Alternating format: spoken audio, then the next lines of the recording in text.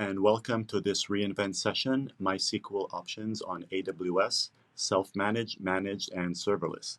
My name is Yoav Elad. I'm a Senior Product Manager in the Amazon RDS team.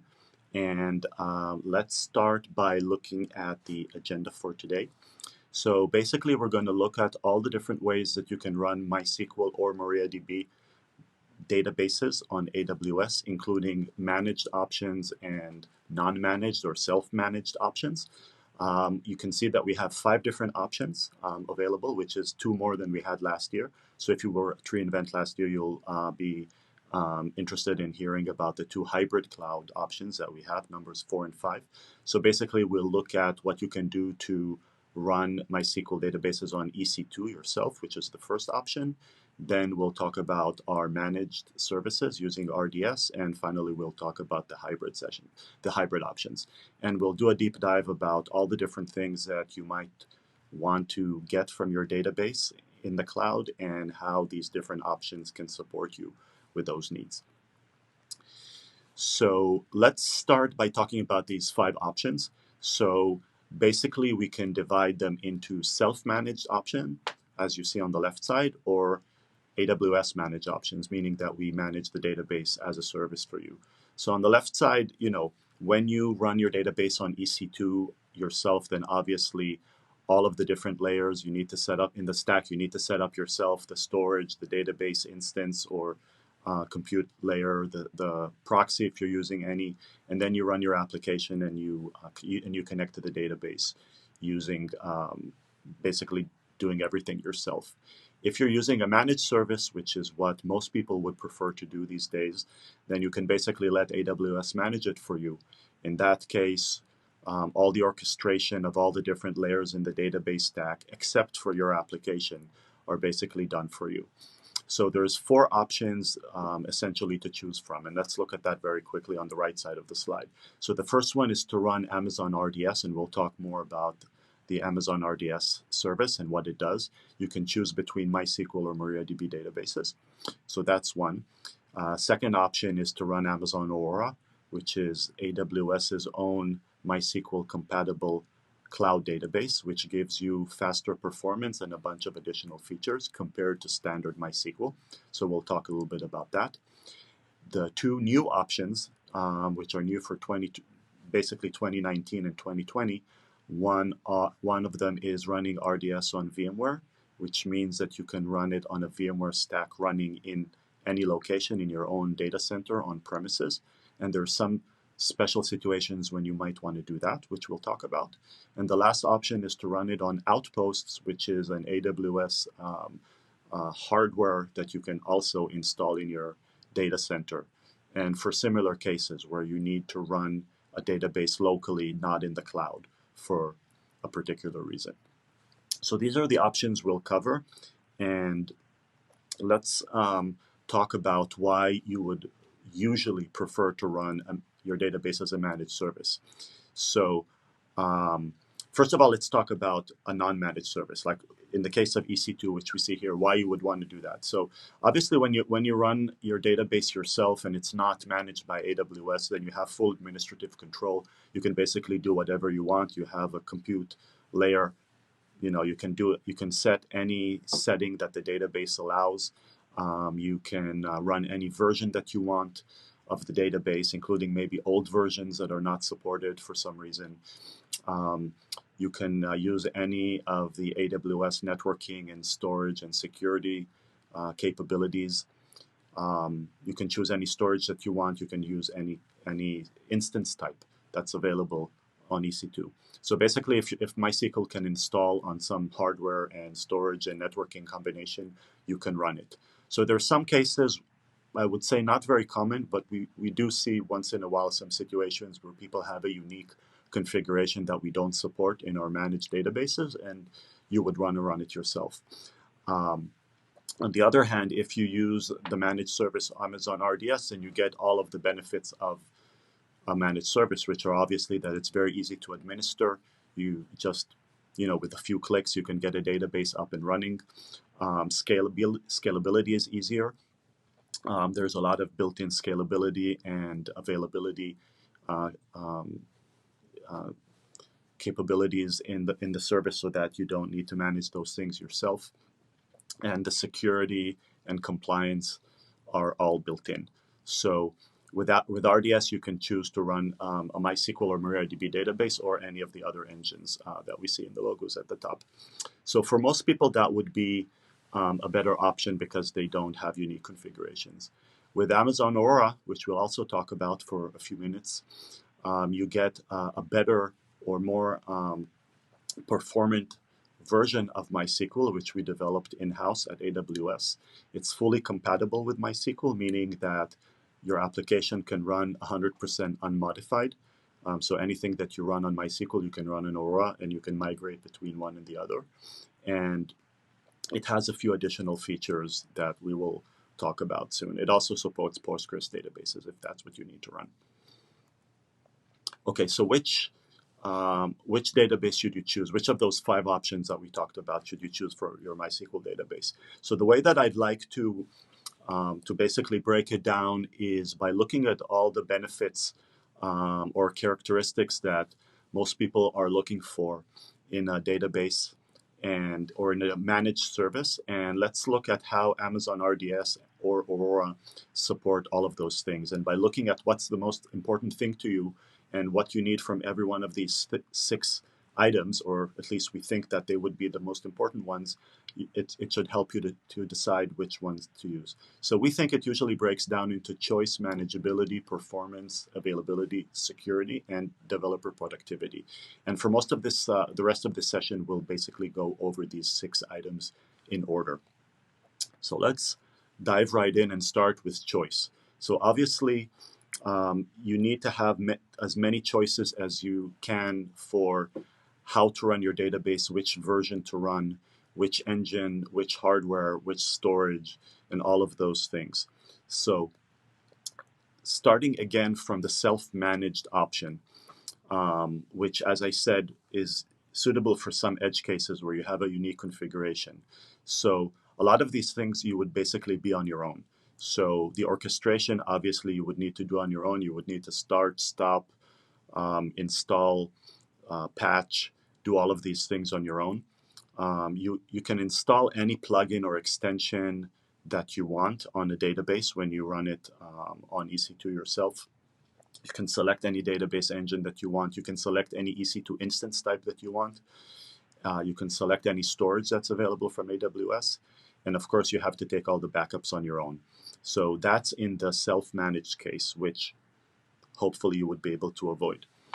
If it's AWS managed, then the orchestration is basically just a matter of a few clicks in the console, or you can do it programmatically through CLI or API. You can configure the database using built-in, the built-in configuration options like parameter groups. You need to select a current database version or a recent version. So we always support a few versions back of MySQL, but obviously we don't support every possible version. Some of them are deprecated, so we support as much as we can, but you will need to choose one of the versions that are supported. Again, for the vast majority of people, that's exactly what they want. They want to use one of the most current versions. You use an instance type that's supported by RDS, and there are many. So again, usually not a problem. Select one of the storage options that we have, and of course, all the backups are done for you. You can also take backups or snapshots manually, and we'll talk about that. So more on the choice angle. So the MySQL versions that we support are the ones listed here, and the MariaDB versions as well. The MariaDB 10.4 version came out this year in 2020. In Aurora, we support versions 5.6 and 5.7. And the instance families come from the R, M, and T families, which are the same ones as we know them from EC2. And new for this year, we have the Graviton 2 based instances, R6G and M6G, which give you extremely good performance at a lower price than Intel-based instances. So something definitely worth checking out for your MySQL database. And currently they're available for both MySQL and for MariaDB as of this recording. And the nice thing is that they give you both better raw performance for the database workloads, and they give better price performance for MySQL. And we've tested it, and the results are available, and you can look them up. Let's look at the hybrid options. So as we said, there are two. One is to run it on a VMware stack, and the other is to run it on Outpost, which is a service that also includes the hardware. So basically, RDS running in your data center in a hybrid solution works pretty much the same as the regular RDS that you would find in the cloud. Most of the same options are available, including read replicas, including the RDS Proxy, and you can just simply run it on a vSphere installation. With Outpost, you get the hardware from AWS, and again, very similar to RDS in the cloud and running from the same console. Why would you want to do that? So most of the users of these solutions fall into two categories, which are latency or performance on one hand and residency on the other.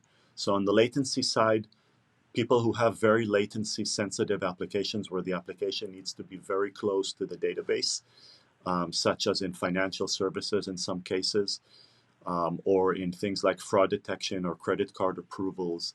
In many cases, it can be done in the cloud, but there are some people who simply need to run it at a particular location.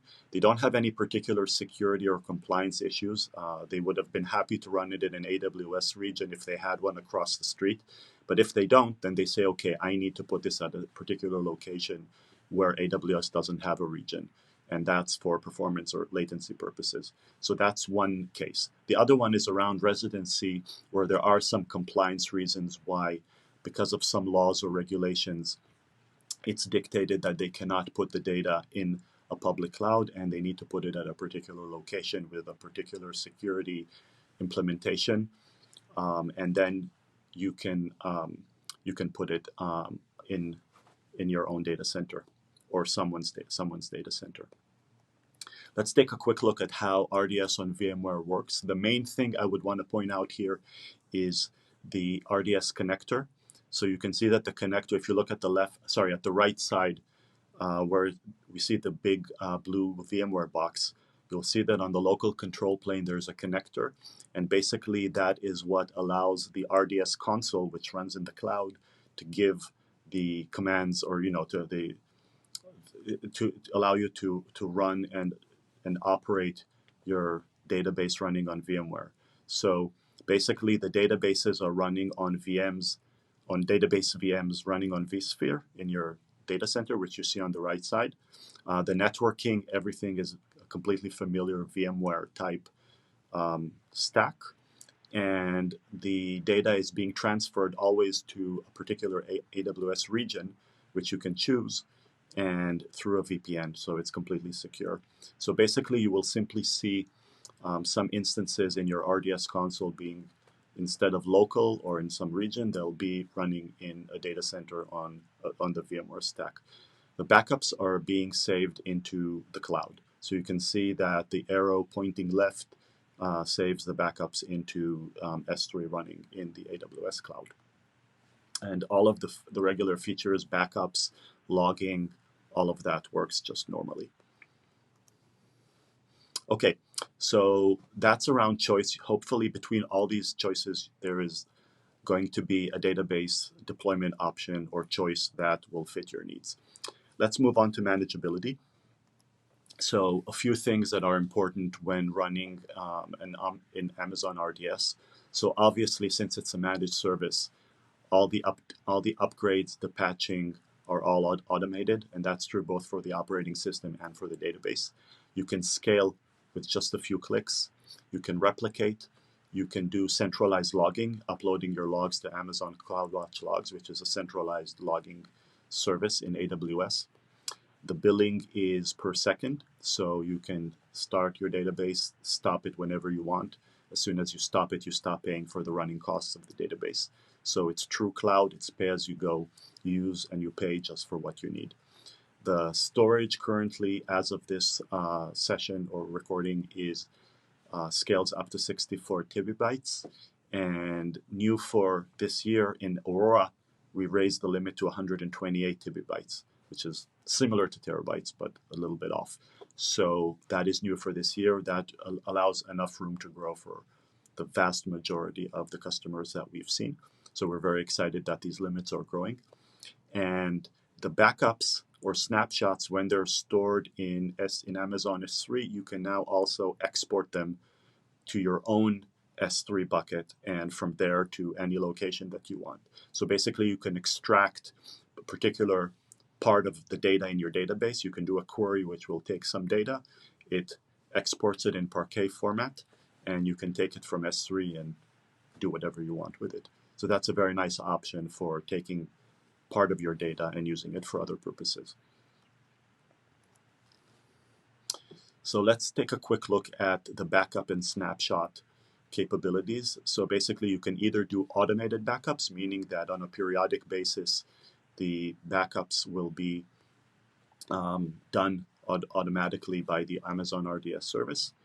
The snapshots are manual. So in addition to those automated backups, you can also decide that you want to take your own snapshot for additional, so to have an additional copy at a particular point in time, and maybe you want to just keep it for longer.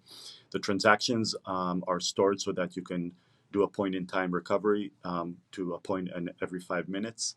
The backups essentially don't affect the performance of the database, and you can copy them across to other AWS regions, as you see in this example in the diagram, where we're basically taking a snapshot and putting it in S3 in a different region. So that can be for disaster recovery or other purposes, and you can share them with other AWS accounts. Let's talk a little bit about Aurora and the manageability capabilities that are unique to Aurora. The biggest difference, perhaps, or the fundamental difference, is that the storage layer is different in Aurora, and basically all of your data is stored in a purpose-built storage system, which was designed specifically to support the way that databases work, meaning that it's log structured. All of the changes are stored or shipped as logs to the storage layer, and that generates the blocks that the database can read and write. The data is always stored in 6 copies across 3 availability zones. So basically, it would be very unusual, and I don't think it's ever happened, that you would lose data. With 6 copies across 3 availability zones, your data is completely durable and safe. So this can basically survive almost any type of outage, and the database will remain durable. It is also continuously backed up to S3, so you can basically restore to any point in time, and pretty quickly as well.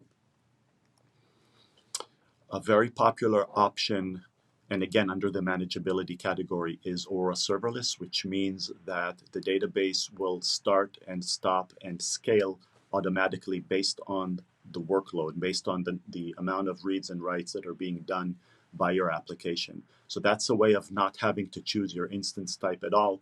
Instead of that, you can just let Aurora basically scale up and down automatically based on usage. And you pay only for what you use. You can also decide that you want it to shut down completely if there aren't any transactions. And in that case, the cost of the instance cost goes down to 0 until somebody tries to access the database again, and then it'll restart. So this is really great if your application is kind of unpredictable or cyclical. It's good for development and test scenarios where you don't necessarily use the database 24/7. You just want to use it when you just want to pay for it whenever it's actually being used, and then you want it to shut down when it's not. So take a look at this option. It's become a pretty popular option among Amazon Aurora users. And then also on the manageability side, we mentioned logging. So you can configure your Aurora instance to, or RDS instance, basically any MySQL or MariaDB RDS database. You can configure it to ship all the logs to the central logging service in CloudWatch. So we've added over the last few years many different types of logs, including audit, general, slow query logs, and error logs. And you can send them all to CloudWatch, and from there you can query them in query tools like Athena and QuickSight. So that makes it very easy to look for logs of particular types, to search through those logs, to create dashboards from them, and to see them across all of your databases, not just one by one for your databases. Additional manageability options, and we'll go through this very quickly. One is to use CloudWatch to look at basically hardware parameters like CPU, storage, memory, I/O, things like that. And enhanced monitoring, which gives you additional capabilities taken from the operating system that look at metrics that are specific to the operating system that your database is running on. And you can use that in combination with third-party monitoring tools from other vendors. And the most advanced monitoring option is Performance Insights. It's been available for about 3 years now, and it's a dashboard that shows you both the load on your database and the top SQL queries that are taking up resources. What's new for this year is that you can look at SQL level metrics, meaning that for a particular SQL statement, you can look at these metrics that we see at the top, like CPU and I/O, things like that, and you can basically troubleshoot more granularly and look at what's causing performance problems in your database. Recommendations are an additional option to basically give you best practice recommendations for how to configure your database.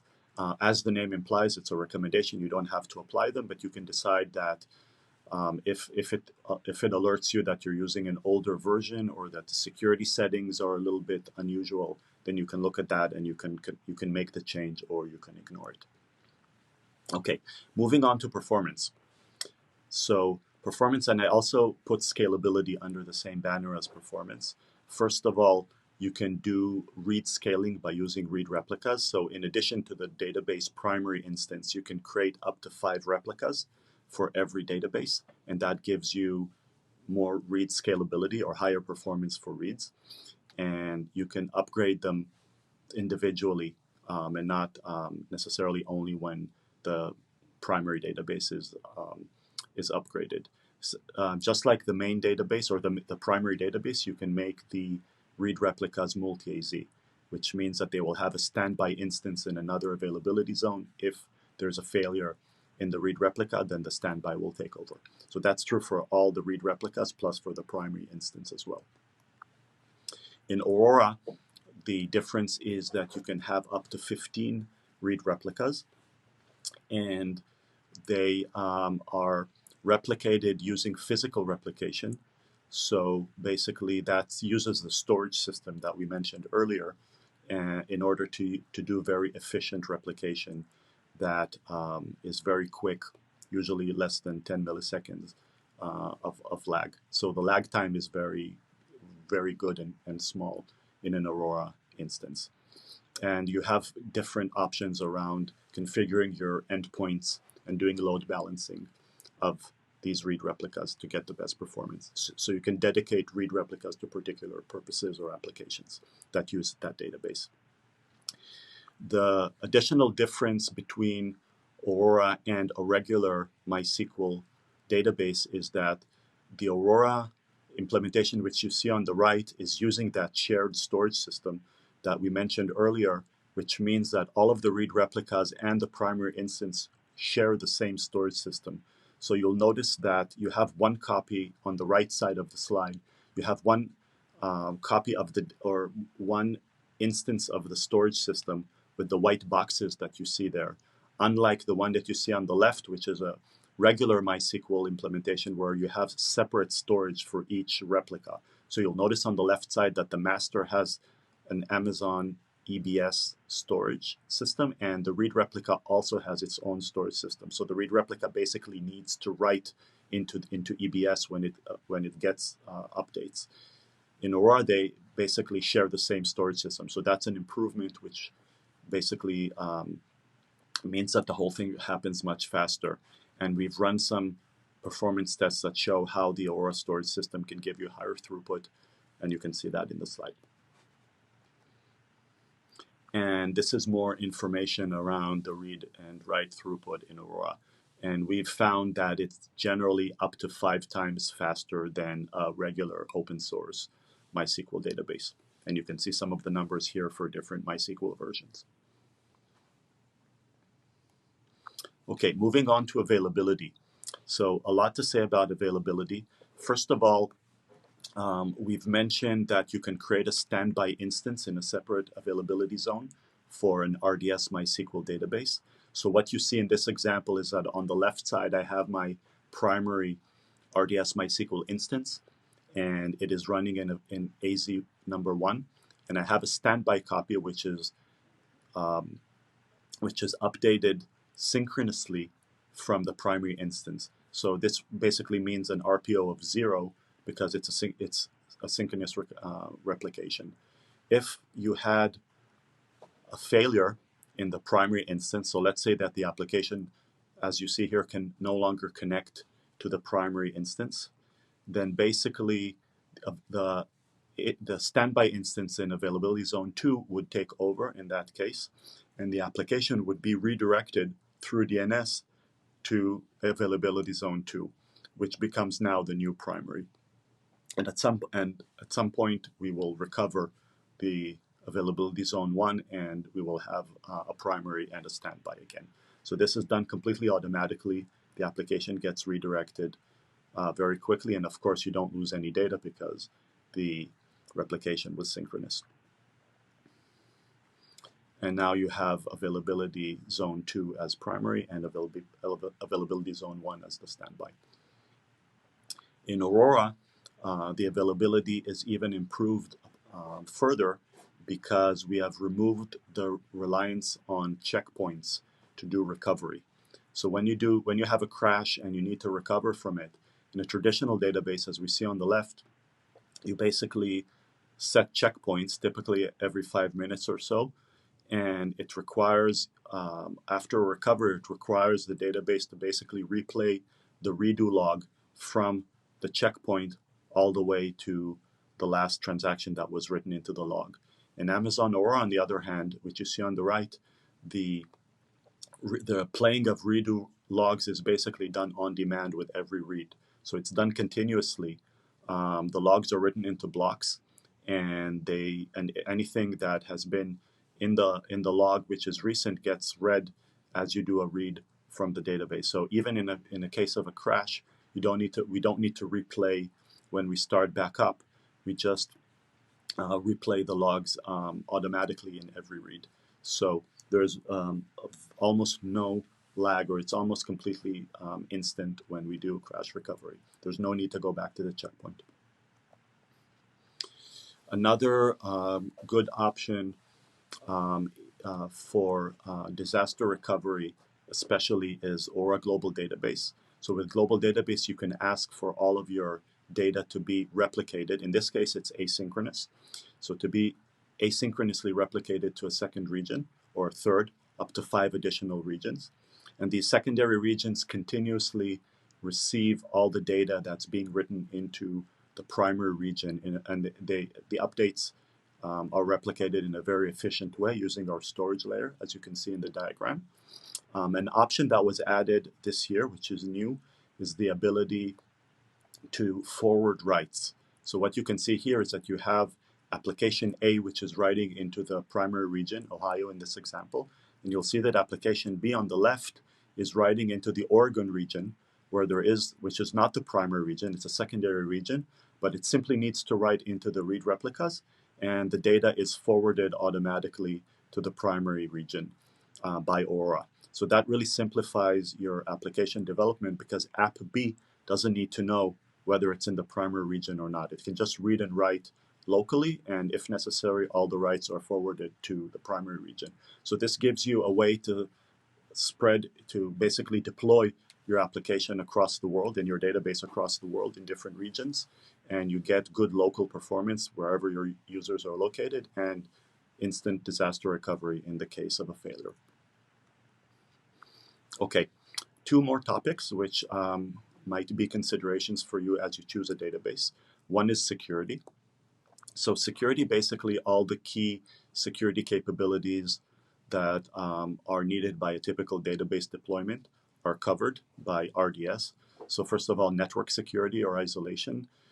An RDS database runs in a VPC or virtual private cloud.